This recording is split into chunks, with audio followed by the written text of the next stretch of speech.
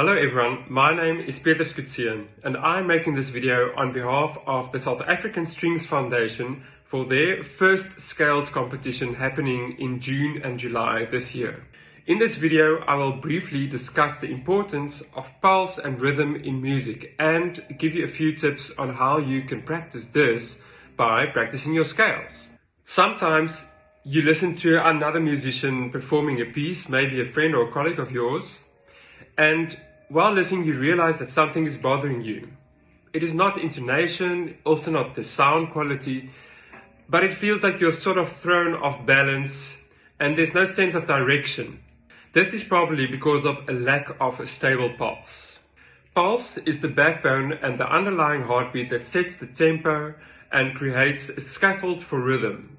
It is the invisible force that makes you instinctively tap your foot to a song, and it provides the foundation for timing, coordination, and physical or emotional engagement. Pulse provides structure to rhythm. Rhythm consists of varying short and long notes, but it relies entirely on pulse to make logical sense and maintain flow.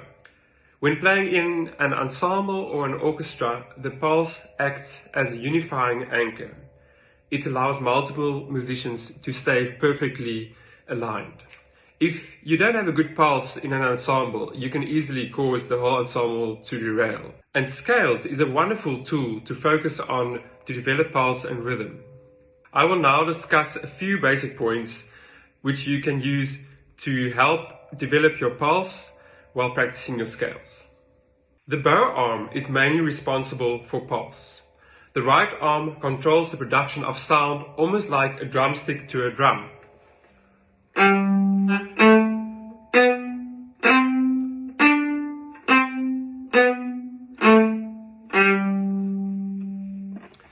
Therefore, it is very important to be quite specific with the usage of the bow, and consistency and uniformity of bow strokes throughout a scale is key.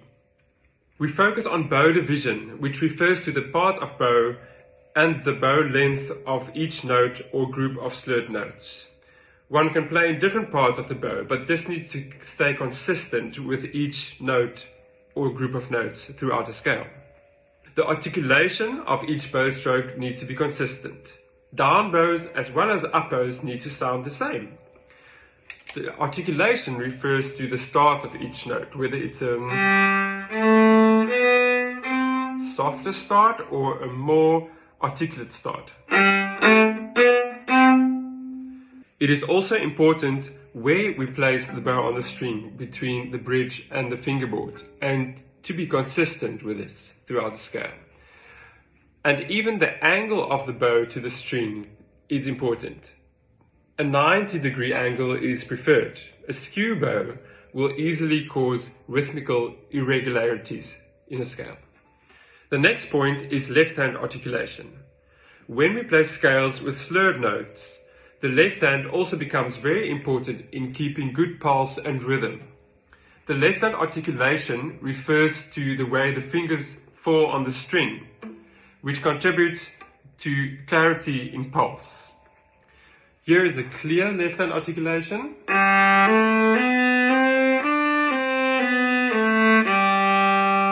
Compared to not so clear left hand articulation.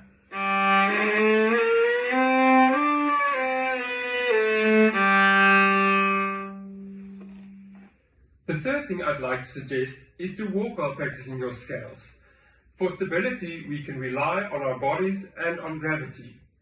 Normal walking is a perfect tool to develop a stable inner pulse in music, because when we walk, we shift our weight back and forth between the two legs, which is basically a very stable, rhythmical and natural pendulum. Each step is one beat, whether you have only one note per beat or a few notes slurred under a bow. Feel the beat on the heel of your foot and involve the whole body in the activity. This is one beat.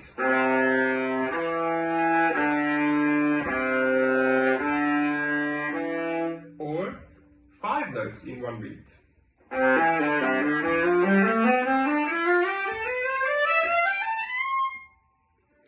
And the last point is metronome practice.